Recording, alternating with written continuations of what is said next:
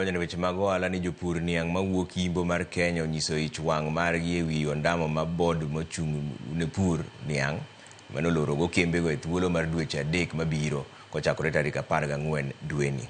Bodno ne oyango ni nok mag niang' moromo kaka gino momiyo gikawo okang'no. Kata kamano, jopurgo wacho ni ok omigi milome moewo kendo ni biro hinyo yuto margi mokalo.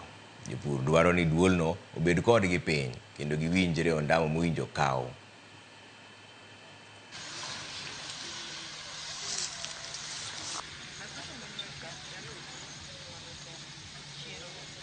I've worked with Sugar Board. I've been even chairman of that organization, and we never go to that level. Shortages of sugarcane is something that is normal. Sometimes there is oversupply, sometimes there is undersupply. So that is not an issue for us, but it's not.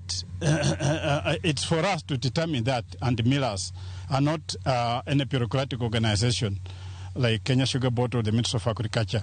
Let them come to the field and see what we undergo. Not make decisions on our heads. No, that one we will not accept. If anything, we will agitate for their disbandment. Hiyo miezi 3 bwana, miwa sasa kama umefunga, miwa kuharvest ni miezi ngapi?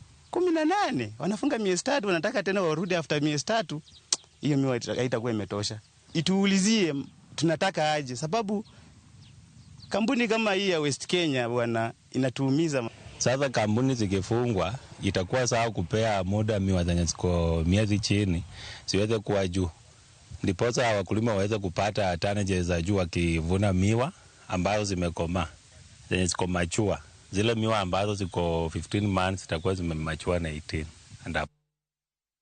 Tend County ma Kisumo golo milome ne chenro magen godo mar bero chiro ma Kibuye e tielo mar 2 chakre dwe mar 8 higani. E ote manogo